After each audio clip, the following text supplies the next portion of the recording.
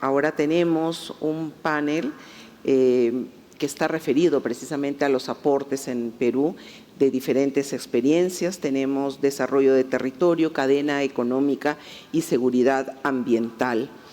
Voy a pedir que pasen, por favor, adelante a Martín Boudoir. Adelante.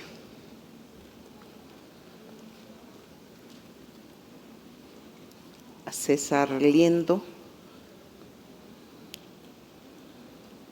A Carla Toledo y a Henrik Hallgren.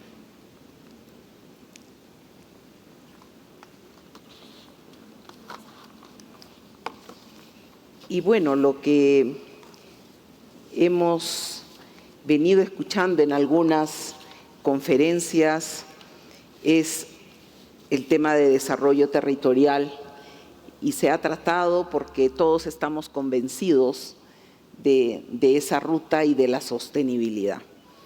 En esa línea estamos conscientes que el desarrollo territorial nos va a ayudar a reducir las brechas y va a contribuir a potenciar la actividad económica en los países. Entonces, se trata de utilizar ese lente geográfico, social, para analizar las oportunidades y los retos que tenemos hoy día. Pero además nos va a servir para identificar las políticas necesarias para apoyar este crecimiento económico y, como no, mejorar el nivel de vida de los ciudadanos. Este lente nos va a ayudar a priorizar esas acciones, y en esa línea esta experiencia de los panelistas es la que nos va a llevar a conocer qué han venido haciendo desde los roles que les competen. Así es que yo, en primer lugar, quisiera mencionar que Martín Boudoir es fundador y presidente de Viridis Terra de Canadá, es miembro de la Junta Directiva de la Asociación Canadiense de Recuperación de Tierras, capítulo de Quebec, miembro del Instituto Canadiense de Silvicultura, de Réseau Environnement, de la Sociedad para la Restauración Ecológica. Tiene conocimientos de forestación, agroforestación, restauración del paisaje forestal, ciencias ambientales del suelo, cambio climático, simbiosis de plantas, reconstrucción de ecosistemas forestales y ecosistemas agroforestales en tierras degradadas, microbiología e investigación aplicada, entre otros. Tenemos también a César Liendo, gerente de Relaciones Gubernamentales de Antamina, economista por la Pontificia Universidad Católica del Perú, con una maestría en la Universidad Pompeu Fabra de Barcelona y estudios de especialización en macroeconomía y finanzas internacionales en el Fondo Monetario Internacional y la Universidad de Columbia. Ha desempeñado diversos cargos en el Ministerio de Economía y Finanzas, siendo el último el de viceministro de Economía, y cuenta también con una importante experiencia en organismos multilaterales, donde ha publicado diferentes investigaciones. Actualmente César es gerente de Relaciones Institucionales y Temas Corporativos en la compañía minera Antamina.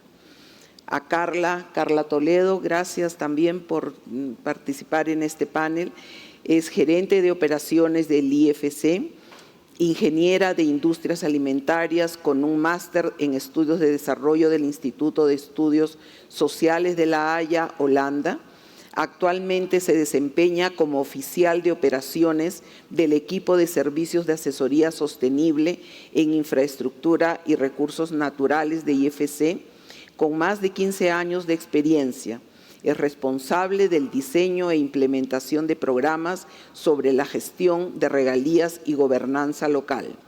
También está a cargo de desarrollar proyectos de inversión social vinculados a proyectos de infraestructura y recursos naturales, buscando incrementar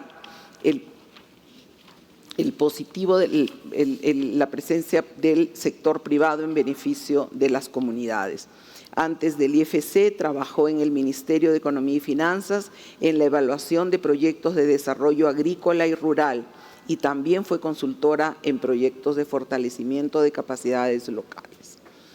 Henrik Hallgren, director de operaciones del Consejo Internacional de Industrias de Suecia. Gracias, Henrik, por tu participación hoy día. Tiene una maestría en Ingeniería Física del Royal Institute of Technology en Estocolmo. Tiene 20 años de experiencia en asesoramientos sobre políticas, gestión de proyectos en investigación sobre temas relacionados con el sector privado, el desarrollo y los conflictos para los sectores gubernamental, cívico y privado. Actualmente lidera un nuevo programa de cooperación regional sobre minería y sustentabilidad en América Latina. Como les comentaba, en este panel pretendemos conocer las experiencias de nuestros distinguidos panelistas que buscan y trabajan generando desarrollo en el territorio con experiencias exitosas, que son los objetivos de corto y mediano plazo que ya nos contarán. Así es que esto va a ser una conversación y vamos en primer lugar a hacerles unas preguntas vinculadas a la experiencia. Muchas gracias.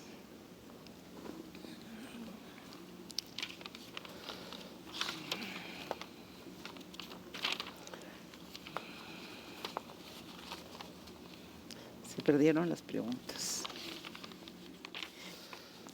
Martín, gracias, Martín, como les había dicho, es fundador y presidente de Birridis Terra de Canadá. Y nosotros quisiéramos conocer, dado que las actividades de Birridis Terra tienen el principal enfoque en la restauración de ecosistemas, tierras, suelos degradados a través de proyectos de restauración forestal, pero también tienen, entiendo, de restauración minera. Sabemos también que es un modelo novedoso, diseñado además para ser eficaz en el corto plazo. Por favor, cuéntanos, explícanos cuál es la problemática que se ha identificado en estas operaciones mineras y de qué se trata la solución y el modelo diseñado por tu organización. Gracias, Neil. No funciona, ¿eh? ¿Funciona? Sí, está bien. Muchas gracias. Bueno, soy el fundador y presidente de Birridis Terra y una cosa que identificamos y ahora sabemos es que ahora vamos a necesitar más de 5 a 10 más cantidad de minerales en el futuro para la transición hacia una economía a bajo carbono. Entonces, el sector minero va a necesitar jugar un papel muy importante para esta transición y para la lucha contra el cambio climático. Pero un desafío que tenemos ahora es que hay muchos proyectos en todo el mundo que tienen un problema de obtener la licencia social. Y eso me preocupa mucho porque si no podemos alcanzar estos nuevos proyectos para producir los minerales, no vamos a suceder en esta transición y para la lucha con el cambio climático. Y una de las razones por qué tenemos un bastante desafío con la licencia social es en el pasado el sector minero tenía un enfoque solamente en la extracción de mineral. Entonces, y eso que pasó es que después que se termina la explotación y todo eso, es que muchas comunidades empezaron a tener problemas con pasivos ambientales, con todo eso. Y hay una historia donde muchas personas piensan que el sector minero a largo plazo puede tener un impacto negativo. Entonces eso es algo que es muy importante a cambiar para asegurar que hacemos el desarrollo sostenible del sector minero, pero también para asegurar que podemos continuar con una economía más verde, con mayor desarrollo. Y para alcanzar eso, es que en el pasado también el sector minero tenía un enfoque muy de corto plazo. Entonces, el sector empezó a hacer trabajos de restauración en los 80s, 90s, en el comienzo del ciclo ahora. Y ¿qué pasó? Es que muchas de las tecnologías o las metodologías que se usó para hacer la restauración eran de muy corto plazo para controlar la erosión y ahora ¿qué pasó después de algunos años? Es que hay un pasivo todavía. Entonces las tecnologías que se usó no eran sostenibles. Entonces eso trajo muchos desafíos. Hay pasivos en todo el mundo ahora del pasado, en Canadá, América Latina, África, en Australia, que trae problemas para las comunidades. Entonces, con Veredistera, hace muchos años empezamos a desarrollar técnicas que llamamos de ecoingeniería y también de restauración ecológica para que podemos, por ejemplo, si hay contaminación con las infraestructuras de ingeniería civil, podemos controlar muy rápidamente los contaminantes, pero al mismo tiempo empezar a desarrollar los ecosistemas, el capital natural, que después cuando las infraestructuras, su esperanza de vida se termina y no es tan eficaz como antes, el capital natural continúa esta protección y con una resiliencia del paisaje que permite que no hay mucho más pasivos.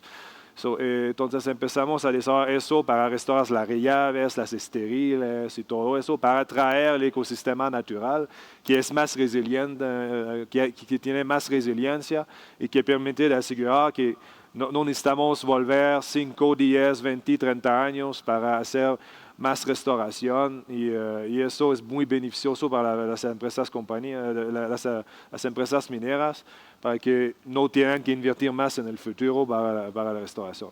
Pero una cosa también que empezamos a trabajar es que para asegurar el desarrollo sostenible de las compañías mineras, tenemos que asegurar que hay impactos positivos a todos los niveles, a corto, mediano y largo plazo, y después que la mina que la explotación minera se termina. Y empezamos a desarrollar un proyecto integrado minero agroforestal, que lo llamamos, que donde no solamente apoyamos con la restauración del sitio minero para una restauración durable, sostenible, pero también para hacer restauración dentro del paisaje, dentro de la región, con las comunidades, para traer nuevos fuentes de ingresos, para nuevas oportunidades socioeconómicas para ellos. Y en muchos lugares hay mucha degradación en el paisaje, que no fue el sector minero que hizo este problema, pero hay un gran potencial de aumentar la sostenibilidad dentro del paisaje y ¿cómo se dice? La salud del ambiente.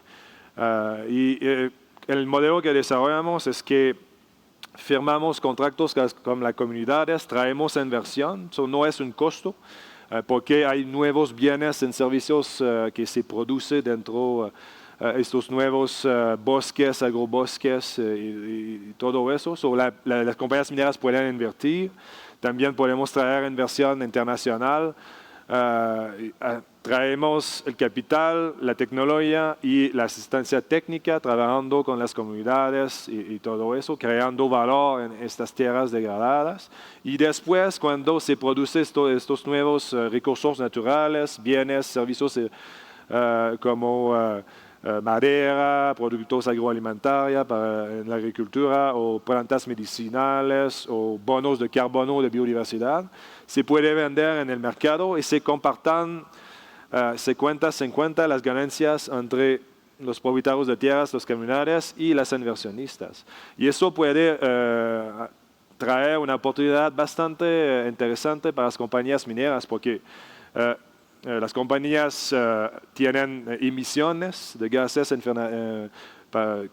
para hacer la explotación, entonces pueden neutralizar una parte de estas emisiones que no se puede reducir, eso puede ayudar a alcanzar el cero emisión neta.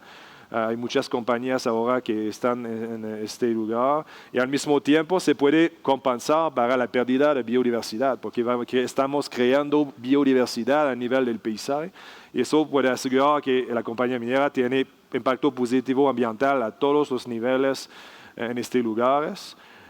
Y también proteger los recursos de agua que son muy importantes para la explotación minera y la resiliencia del paisaje para proteger las infraestructuras. Eso permite traer impactos positivos a todos los niveles y después cuando se cierre la mina, las comunidades están en un lugar donde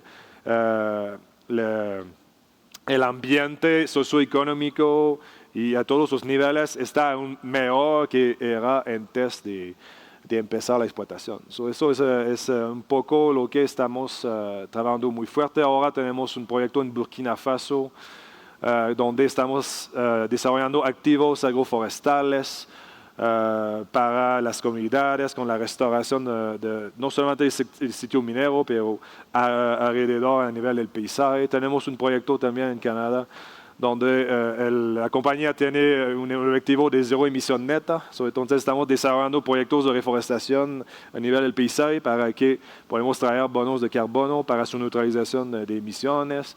Y también es un lugar donde hay mucho ecoturismo. Entonces estamos desarrollando el enfoque de ecoingeniería para hacer, hay problemas de drenaje minero ácido. Tenemos un enfoque de ecoingeniería donde vamos a traer el ecosistema natural de bosque de maples, que se llama en Canadá, al mismo tiempo que confinar los contaminantes. Es diferentes cosas como así que estamos trabajando para asegurar el desarrollo sostenible del sector minero. Muchas gracias. Gracias, Martín. César, desde este trabajo que vienes haciendo en Antamina, y entendiendo que uno de los principales objetivos es precisamente fortalecer y establecer una agenda de trabajo con el sector público, ya que hablamos, digamos, de un esquema multiactor, un esquema con participación del gobierno regional, de la academia, de las empresas, y en línea con los temas como de capital humano, de infraestructura y diversificación productiva. Cuéntanos un poco tu experiencia en esa agenda común en busca del desarrollo que efectivamente trasciende a la empresa, ¿no? Y en esta idea de crear sostenibilidad en el entorno. Cuéntanos cómo están trabajando en esa línea. Sí, perfecto. ¿Se escucha bien? Sí, ¿no? Sí, mil gracias por la pregunta. Efectivamente, Nail, yo creo que una de las principales conclusiones de estos 3 días que tenemos acá en Perumín es que la sostenibilidad del negocio minero pasa por la sostenibilidad del entorno, ¿no?, en el cual se desarrolla, y ese esfuerzo no puede ser solamente de la empresa o de las comunidades o del Estado. No, es multiactor, es una mezcla de esfuerzos entre estas tres patas de la mesa, ¿no? Nosotros, digamos, nuestra estrategia de inversión social tiene muy claro esto, ¿no? El pilar de trabajo con el Estado, ¿no? Apalancarnos mucho en el trabajo con el Estado. Y solamente para poner un poco de contexto y explicarles dónde está Antamina y el porqué de esa necesidad también de trabajar con el Estado. Antamina es una operación minera que está en Ancash, en San Marcos, un distrito a más de 4.000 metros sobre el nivel del mar. Pero desde ahí luego se transporta el mineral por un concentraducto subterráneo que transita casi 20 distritos de Ancash, zona altoandina, valles interandinos, hasta llegar al puerto de Huarmey, en la zona costera, ¿no? Nosotros le llamamos un área de influencia operativa, es un término que no existe en la legislación nacional, pero que abarca, digamos, todo nuestro ámbito de operación. Es un ámbito muy heterogéneo, muy heterogéneo, costa, valles interandinos, zonas altoandinas, con muchas diferencias sociodemográficas y económicas, lo cual hace muy complejo todo el despliegue de la inversión social. ¿no? Necesitamos al Estado, de todas maneras, para poder enfrentar ese desafío tan grande. Producto de eso es que nosotros tenemos más de 20 espacios de diálogo multiactor a lo largo de toda esta área de influencia operativa, en la zona altoandina, en las 3 zonas que les comento, con presencia del Estado y de las comunidades también, ¿no? Entonces, en ese marco de discusión, la agenda con el gobierno, pero también con las comunidades, yo diría que se centra en un tema fundamental para la sostenibilidad, que es el tema institucional, ¿no? Que se ha hablado mucho en estos días de las falencias institucionales que tenemos, ¿no? Y cómo tenemos que, digamos, en el caso de Antamina, tratar de sortear esta falencia para que Ancash evite ser un caso más de lo que en la literatura económica se conoce como la maldición de los recursos naturales, ¿no? Estos casos fallidos de desarrollo. Entonces, la institucionalidad es fundamental. Y yo diría que ahí tenemos 2 tipos de institucionalidad que conversamos mucho con el Estado y con las comunidades en estos espacios que tenemos. Una es la que todos conocemos bastante bien, que es la institucionalidad pública. Sabemos que nuestro Estado tiene varias falencias, principalmente en los 3 niveles de gobierno, pero sobre todo a nivel local y regional. Hay unas grandes falencias y escasa formación de capacidades para traducir los ingentes recursos que genera la minería y se transfieren a estos territorios en cierre de brechas de infraestructura y de servicios, ¿no? Ya creo que todos conocemos que solo se ejecuta el 40, 50% del presupuesto anual de inversiones, ¿no? Entonces, ese es un gran problema. Pero no solo eso, ¿no? Sino hay otro problema muy importante, que es la operación y el mantenimiento de toda esa infraestructura. A lo largo de estos varias décadas, ¿no?, de desarrollo minero, es verdad que tenemos problemas en la ejecución, pero incluso con ese 40 o 50% que se ejecuta anualmente, se ha generado un stock de capital, un stock de infraestructura importante en el país, ¿no? Hay varios estudios de Richard Webb, de otros investigadores, que muestran que ha habido algunos cierres de brechas de infraestructura importantes y que han mejorado la calidad de vida en algunas zonas, ¿no? Entonces, ese stock de capital, ese stock de infraestructura tiene que mantenerse y operarse, ¿no? Lo que genera el bienestar en la sociedad no es la infraestructura, sino es el servicio que provee esa infraestructura. Y nosotros en el país y en el Estado, yo he estado varios años en el Estado, no tenemos la cultura de la operación y mantenimiento. Tenemos la operación de la infraestructura. Nos gusta mucho la inauguración de la infraestructura, pero no necesariamente del trabajo posterior de mantenerla y operarla, ¿no? Entonces, ese también creo que es una falencia de la institucionalidad pública que es sumamente importante considerar, para que se imaginen. En el caso de Ancash, el gobierno regional de Ancash al año destina solamente el 3% de todo su presupuesto de mantenimiento, solo el 3%. Y Ancash es una región minera que ha generado un stock de infraestructura importante. El tercer tema que diría que por el lado de la institucionalidad pública es la planificación. Nuestros instrumentos de planificación como Estado, sobre todo a nivel local, a nivel regional, son bastante pobres, ¿no? Es una lista de lavandería sin ningún orden lógico de hacia dónde quiero ir, en qué quiero convertirme, qué potencialidades tengo, ¿no? Entonces, ahí también creo que hay una falencia importante por resolver. En unos minutos cuento un poco lo que hacemos en Antamina para contribuir con el Estado en resolver estas falencias. Y la otra institucionalidad que es muy importante, que no se discute mucho, lo comentaba Claudia Cooper ahora al mediodía, es la institucionalidad privada, ¿no? Yo creo que a todas las operaciones mineras hoy nos pasa que el empleo es un gran problema, ¿no? Es un gran motivo de presión social. Todo el mundo busca ser empleado en la mina o en la empresa minera, ¿no? Y lamentablemente esas capacidades de generar empleo, digamos, no van acordes con toda la demanda laboral que puede haber en una zona extensa, ¿no? Entonces, ¿por qué se da eso? Creo que es un poco reflejo de lo que pasa en el país también, que tenemos muy pocas empresas formales, muchísimas informales, ¿no? Y tenemos un empleo precario altísimo, ¿no? Es la informalidad que sabemos que es como del orden del 80%. Lo mismo pasa, creo que en zonas mineras, muy parecido, ¿no? Tiene una gran empresa minera con altísima productividad, con empleo formal, con protección social, empleo de calidad, y después un tejido empresarial muy precario, ¿no? Microempresas, pequeñas empresas de muy baja productividad, sin protección social, ¿no? y entonces se generan esas fricciones sociales que se dan, ¿no? Entonces, no logramos todavía en estas regiones mineras lograr crear un tejido empresarial un poco menos fragmentado y más articulado que permita generar este empleo formal que todo el mundo está buscando. ¿Qué hacemos en Antamina un poco para atender estos dos temas, estos dos tipos de institucionalidad o falencias institucionales que menciono?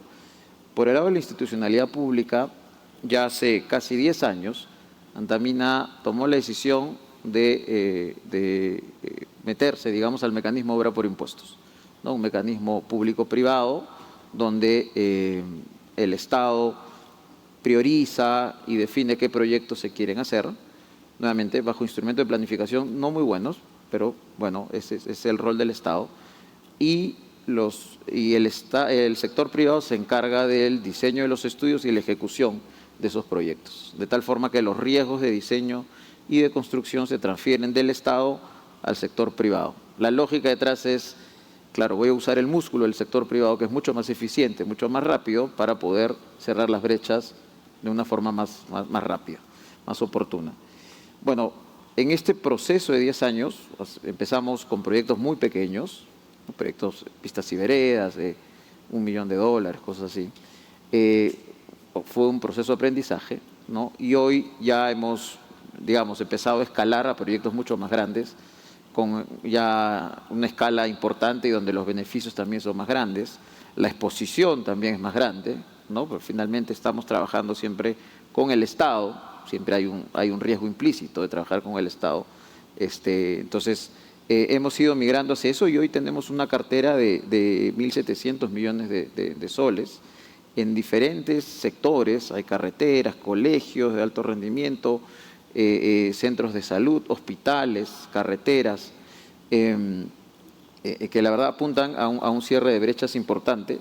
Se han ejecutado 500 millones a la fecha, poco más de 500 millones, y en los próximos 2-3 años deberían estar ejecutándose 1.200 millones, ¿no? O sea que la buena historia que hemos visto en estos años, en cuanto a cierre de brechas, la verdad que nos entusiasma mucho mirándolo hacia el futuro, ¿no? Es bastante importante lo que se puede dar ahí. Sin embargo, también conociendo el mecanismo, como ya lo conocemos, creo que somos la principal empresa que utiliza este mecanismo público-privado, también reconocemos algunas limitaciones que tiene el mecanismo y que nos están llevando a pensar en un enfoque que complemente obra por impuestos. Hay limitaciones, yo diría que son 3 principalmente.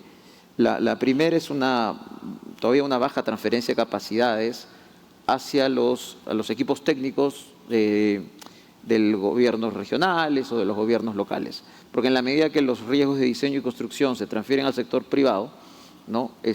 Quien fortalece muchas capacidades somos los que estamos en el sector privado, no necesariamente el gerente de infraestructura de un municipio específico, por ejemplo. Entonces ahí hay que atender ese tema que en realidad es el problema, la causa raíz de esto.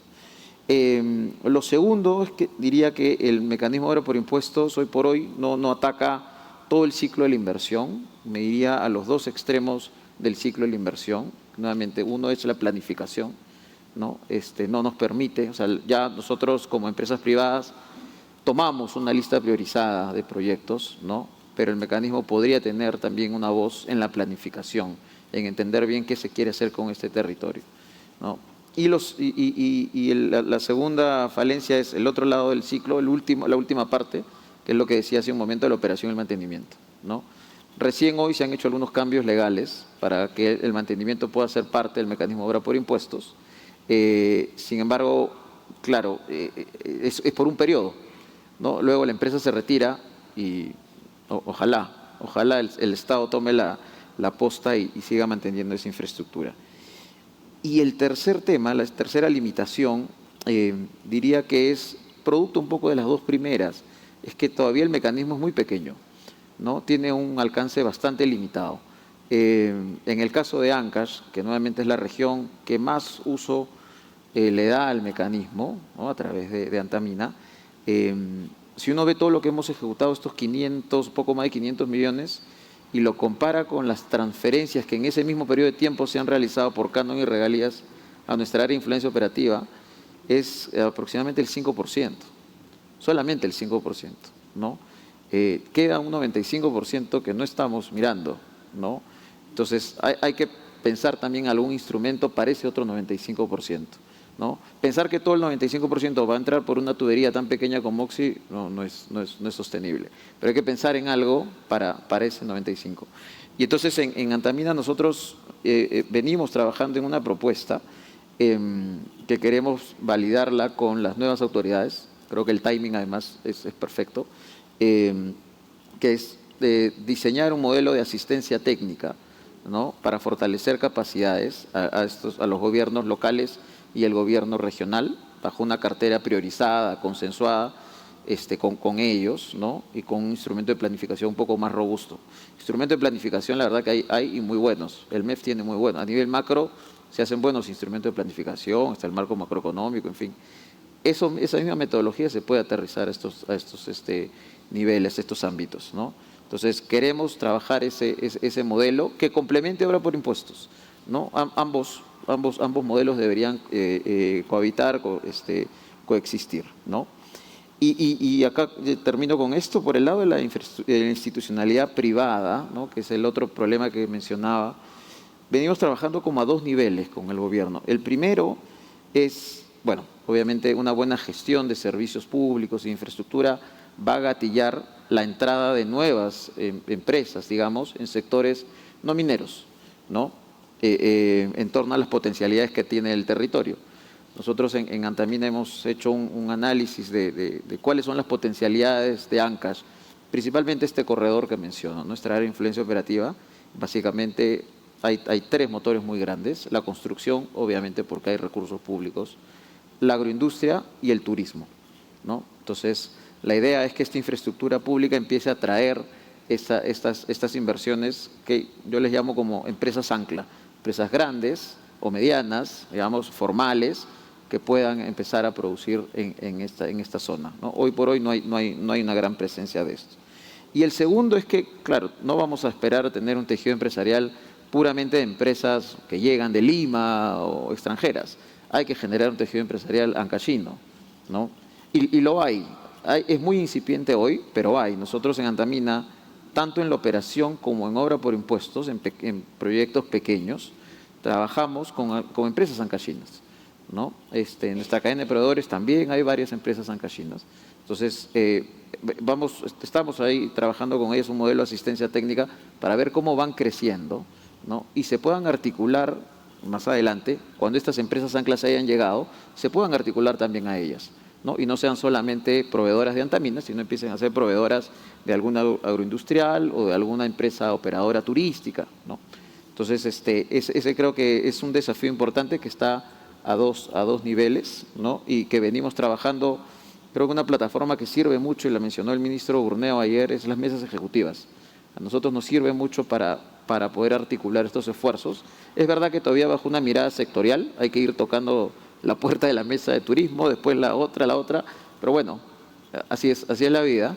Pero creo que por ahí vamos a encontrar esta sostenibilidad del negocio minero y del territorio que hablaba al inicio, ¿no? Gracias. Carla, ustedes tienen una importante participación y conocemos del trabajo en el sector. Cuéntanos un poco qué herramientas, qué materias deberían de priorizarse desde las operaciones mineras o desde nuestras empresas para que esa toma de decisiones genere algunos cambios para mejorar el capital humano, por ejemplo. Estamos hablando de normas de desempeño sobre sostenibilidad, estamos hablando de incluir temas de diversidad y de seguridad ambiental. ¿Cuál crees que es este camino que también tiene riesgos? Por favor. Naji, gracias por tu pregunta y buenas tardes con todos, buenas tardes, y gracias al Instituto de Ingenieros de Minas por la invitación y por poder compartir un poco de la experiencia con todos ustedes. Desde el lado de IFC, es una buena oportunidad de compartir que el tema de sostenibilidad es un tema crítico desde la más alta dirección. Efectivamente, nuestras normas de desempeño que incorporan las mejores prácticas internacionales en el manejo y en la gestión de riesgos, es eso, es un marco de análisis de riesgos que se incorpora en cada una de las operaciones que hacemos, ¿no? Y eso nos permite mirar a los proyectos de una manera integral y cómo se comporta en el entorno con las comunidades y con el medio ambiente. IFC, para los que no conocen, es por sus siglas en inglés, Corporación Financiera Internacional, y somos parte del Grupo Banco Mundial y miramos el desarrollo del sector privado en mercados emergentes. Tenemos operaciones en más de 100 países y trabajamos en muchos sectores, incluyendo el minero. Regresando un poco a tu pregunta, creo que hay un punto importante, ¿no? El marco de análisis de las normas de desempeño es como el punto de partida.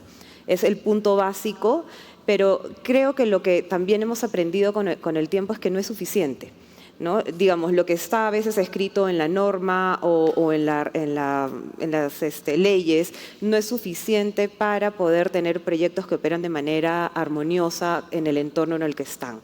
Y eso ha sido importante incorporarlo a lo largo de la vida de IFC, porque lo que nos permite es equipos como el mío, que estamos en el área de servicios de asesoría, poder acompañar algunas de esas inversiones y buscar la manera en que a través de acciones intencionadas se generen beneficios concretos en las comunidades aledañas, ¿no?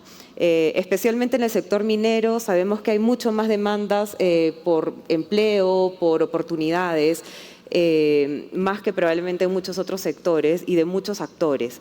Entonces es crítico que estas acciones intencionadas estén bien coordinadas, bien pensadas y que vayan al núcleo del negocio de la propia operación.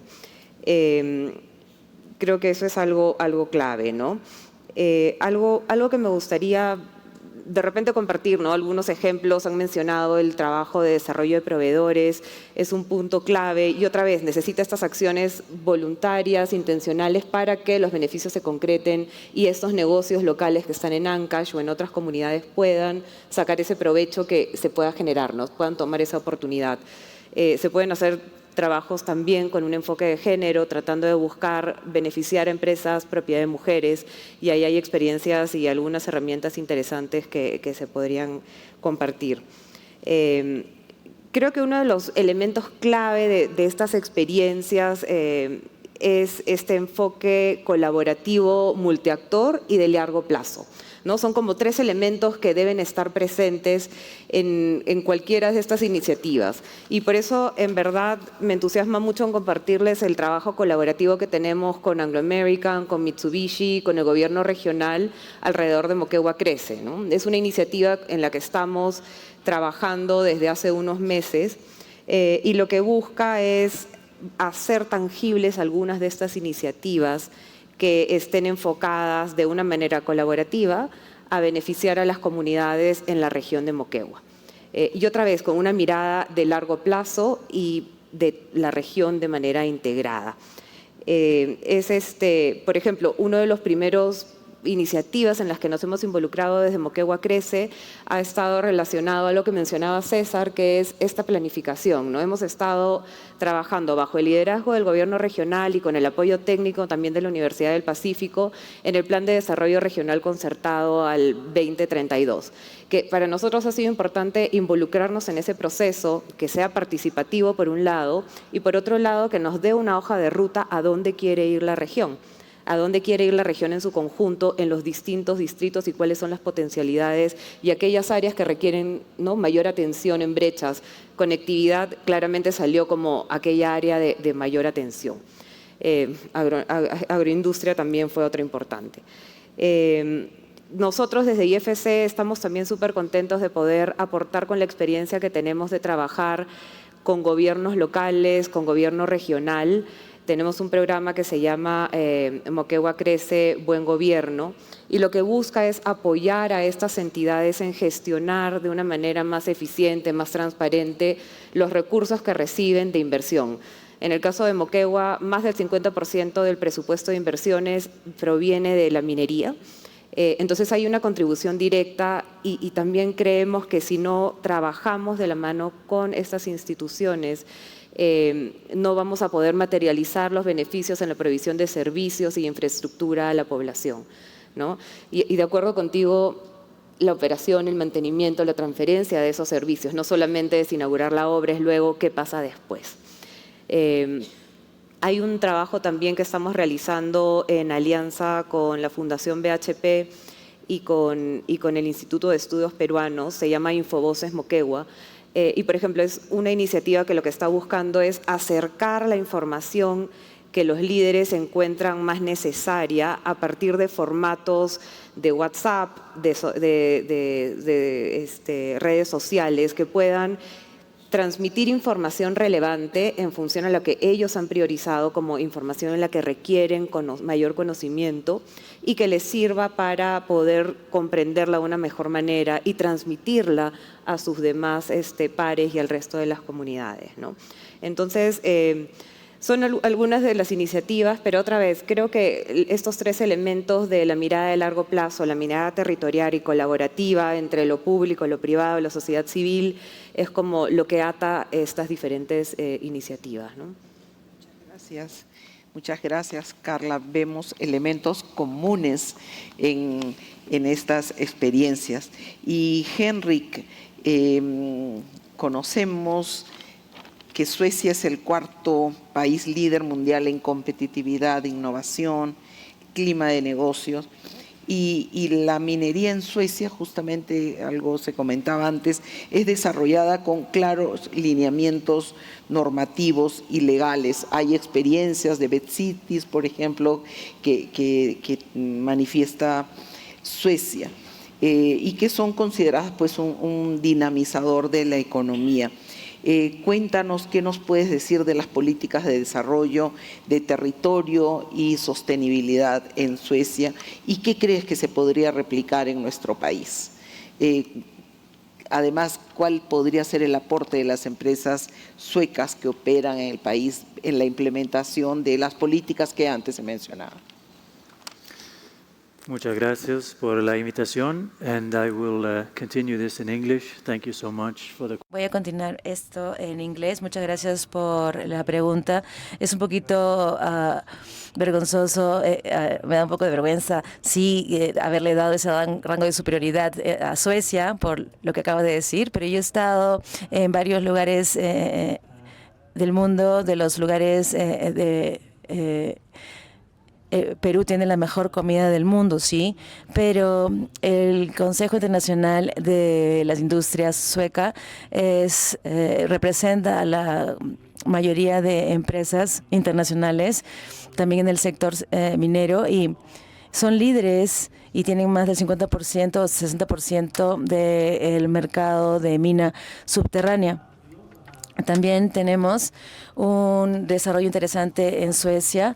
Nosotros estamos comprando minerales y también de metales, pero también para construir baterías. Y por esta razón, el Consejo, que solamente participa en cuestiones complejas fuera de Europa, y lo que estamos haciendo, como mencionó anteriormente, estamos empezando un programa en América Latina, un programa regional en sostenibilidad en el sector minero, y esto también está financiado indubitablemente por el gobierno sueco, y esto es en colaboración que esperamos desarrollar junto con muchos grupos de interés a nivel local en toda la región y específicamente en Perú. Sé que esto no es una sesión de preguntas, pero sí me gustaría hacer o volverla una sesión de preguntas, porque me gustaría escuchar sus preguntas y sus aportes, y ya no voy a castigar a nadie ahora con ellos, pero sí me pueden contactar luego de tener esta conversación y tener esta conversación luego. Entonces, por lo que estamos aquí en Perú es porque Perú está en uno de los puntos más importantes de la agenda del gobierno de Suecia, porque esta transición global de energía y los objetivos climáticos, ese es un área clave para las compañías exportadoras suecas y a su vez ellas son clave para el bienestar de Suecia, y mi interés aquí en Suecia es por ello que he venido acá a Perú y no estar allá en Suecia. Entonces, a las dos preguntas que son bastante interesantes que me ha hecho, ¿es verdad que Suecia es un país bastante pequeño minero en comparación con los estándares mineros? Y sí, somos líder, a pesar de ello, en ese sector minero. Ustedes van a escuchar algunas razones por ello, como triple hélice. Tenemos una colaboración entre compañías a 3 niveles, la academia y el gobierno. Y no me voy a quedar en este punto porque hay mucho escrito y podemos hablar de esto más adelante o más tarde, pero yo creo que la explicación de la razón de esa colaboración de ser tan exitosa, una respuesta a esto es que hay una gran confianza entre las instituciones en Suecia, y eso tiene que ver sobre el activismo de la libertad de prensa de los años 60. Pero algo más interesante que podría ser, y ese es el enfoque en los incentivos. Yo creo que Suecia tiene este éxito porque en realidad se está viendo los incentivos y las metas de cada uno de esos actores. La compañía minera tiene un objetivo, la compañía proveedora también tiene otro objetivo, y la universidad también tiene otro objetivo totalmente de ser publicada o que su personal tenga cierto nivel. Las compañías quieren tener un retorno de inversión, no tiene que ser a nivel trimestral, puede ser a largo plazo, pero quieren algo en retorno, quieren algo que pueda tener una alta probabilidad de ser usado como un prototipo o algo así. Esto es parte. Si se crea un modelo de financiamiento como que tenemos en Suecia, si en la innovación sueca que hemos estado hablando el día de ayer, el requerimiento 50% es tener el financiamiento del gobierno para proyectos de investigación, y los resultados, porque las empresas mantienen su prototipo y no lo utilizan en sus propios negocios o empresas, y esto explica mucho de ese aspecto. Una de las cosas que ustedes seguramente han escuchado de Suecia es que las regulaciones, las leyes y las compañías se han desarrollado en tándem o en par. Yo creo que eso tiene algo de cierto. De alguna forma lo podemos poner como que hay un juego de competencias entre las autoridades y las compañías. Entonces es una carrera a ser el primero, y eso ha funcionado, no ha funcionado del todo, pero sí las compañías de proveedores tienen su visión de ocuparse de los problemas como el cambio climático, seguridad, etcétera. Suecia va a ser neutral en el 2045, liderado por el gobierno. El sector minero contribuye al 80% de ello. Tienen que hacer algo al respecto. Entonces van a tomar el liderazgo en ese tema. Si no, entonces dos cosas pueden pasar. Se les va a penalizar, se les va a castigar, porque ya saben, van a tener sanciones, pero lo más interesante es que no vas a ser más competitivo, porque esta es la forma en que el mundo se está moviendo. Entonces yo creo que las compañías suecas están más al tanto de esto que otras compañías mineras, a pesar de que no tenemos compañías mineras que operen fuera. Los proveedores sí han visto ese contexto en el mundo y saben hacia dónde estamos yendo en este sector. Y un aspecto importante también es el tema financiero. Si quieren garantías de créditos, deberían tener más, se tiene que cumplir o tener más requisitos de debida diligencia y cumplirlos de ESG.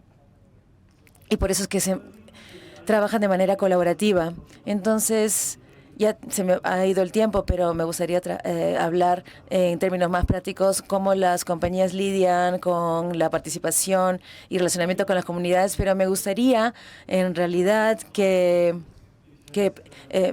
pedirles sus aportes, su input, las razones por las que las empresas y negocios suecos son competitivos es porque hemos estado aquí fuera en el mundo por mucho tiempo. Perú es uno de los países o lugares más emocionantes para estar en estos tiempos. Vamos a hacer el esfuerzo de responder a una segunda pregunta y a partir de sus comentarios y estas experiencias, cuéntenos qué planes hay, qué están esperando para el mediano y largo plazo a partir del trabajo que vienen haciendo. Empezamos por Helmut.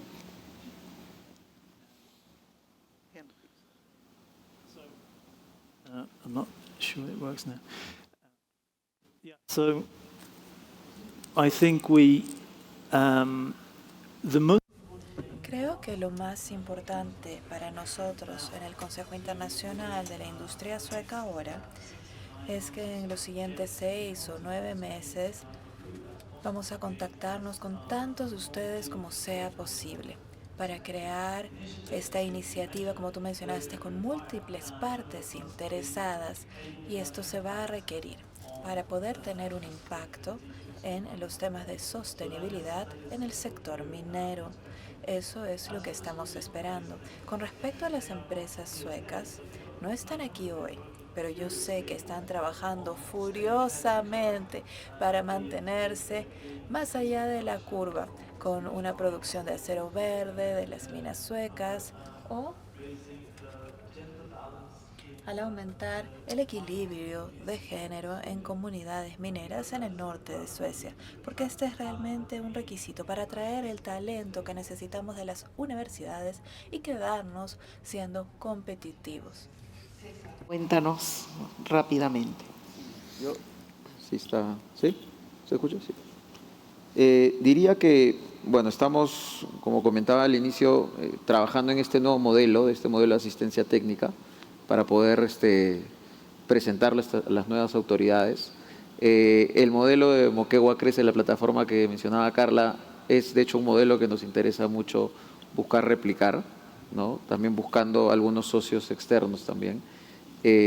Así que estamos bastante abocados ahí. En el caso de obra por impuestos, bueno, seguir avanzando en la ejecución de los proyectos y en paralelo ir conversando mucho con las autoridades respecto a la necesidad de asegurar nuevamente la operación y el mantenimiento cuando ya las infraestructuras estén culminadas. Eso es, en nuestro estado pues hay que ir planificando esto con mucho tiempo de anticipación, ¿no? Entonces eso es algo fundamental. Y por el lado de la institucionalidad privada que mencionaba, también teniendo ahí nuestras rondas de reuniones con diferentes empresas que nuevamente en estas potencialidades que mencionaba, agroindustria, turismo, ¿no? ¿Qué requieren, ¿no? Para poder ingresar, ¿no? Por ejemplo, sale en turismo un tema que salía como cuello de botella de varios operadores hoteleros, turísticos en general, nos decían el aeropuerto, ¿no? O sea, hay un aeropuerto que requiere alguna optimización, algún mejoramiento, no es nada muy complejo, y eso va a gatillar automáticamente inversiones en el sector turismo, ¿no? Y va a traer mucha más demanda y va a generar finalmente empleos y dinamismo económico. Así que yo diría que la agenda de Antamina va a estar en los próximos meses en eso, ¿no? Abocado a eso. Gracias, César. Carla, cuéntanos, estamos todos interesados con el Moquegua Crece, algo conocemos de esa experiencia. De repente, empezar un paso atrás y desde el lado de IFC sí me gustaría reiterar el compromiso con el tema de la transición energética. Necesitamos minería más sostenible, la extracción, la producción, el reciclaje, sobre todo aquellos minerales que contribuyen a tecnologías en carbono, más limpias en carbono, y el cobre es uno de estos minerales clave, ¿no? Entonces es un punto importante.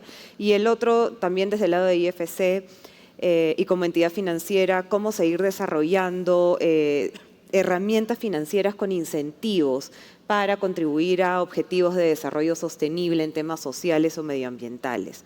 Hemos estado trabajando en eso en los últimos pocos años, pero es algo en lo que nos gustaría seguir expandiendo, ¿no? Estableciendo metas ambiciosas. Creemos que el sector minero podría contribuir mucho en ese lado. Y desde el lado de Moquegua Crece, he mencionado un poco, tenemos ahorita elecciones locales, regionales, vamos a tener nuevos actores, estamos con un programa de trabajo con gobiernos locales y desde el lado de fortalecimiento institucional, ahí vamos a tener algunos retos en el corto plazo, diría. Pero en el mediano y largo plazo tenemos otros dos ejes de trabajo muy importantes. Uno que tiene que ver con cadenas de valor y cómo darle valor a otros recursos potenciales de Moquegua. Ayer mi colega Sergio estaba hablando del potencial que tiene Moquegua en energías renovables, por ejemplo. Ahí es donde vemos un área que nos encantaría poder indagar y buscar cómo desarrollar cadenas de valor. Agricultura más competitiva es otro punto y la acuicultura también. Entonces son temas en los que vamos a seguir trabajando y también el otro eje es en el manejo de los recursos renovables, cómo nos aseguramos de trabajar, digamos, en pilotos. Por ejemplo, estamos trabajando en un piloto con Forest Trends y otros socios en cómo generar infraestructura natural que beneficie a las comunidades, pero que ayude a preservar los recursos hídricos en una región como Moquegua, que tiene mucho estrés hídrico, ¿no? Entonces, esos como retos grandes. Moquegua Crece, esperemos que se siga consolidando y que tenga más iniciativas en los próximos años. Y por el lado de IFC en el tema de transición energética y financiamiento con incentivos. Martín, te escuchamos. Gracias. Para nosotros en Verdesterra, a plazo, es ayudar a los proyectos a obtener y mantener la licencia social. Eso es muy importante para traer nuevas soluciones que traen impacto positivo a todos sus niveles, ambiental, social, económico y todo eso. Y a largo plazo esperamos que las comunidades van a ver el sector minero. Esperamos que podamos ayudar a que las comunidades puedan ver el sector minero como un vector de desarrollo sostenible en las regiones donde están y que no vamos a tener muchos desafíos para el desarrollo de nuevos proyectos. Muchas gracias, Martín. Nos hemos pasado unos minutos, pero quiero agradecerles. Nos llevamos importantes lecciones. Hay temas en donde tenemos todavía para seguir conversando, pero entusiasmados. Hemos escuchado ayer al ministro y nos ha llenado también de esperanzas. Estamos hablando hoy día todos de oportunidades, así es que gracias por compartir esta tarde y nuevamente gracias a Perumín por esta oportunidad de estar juntos.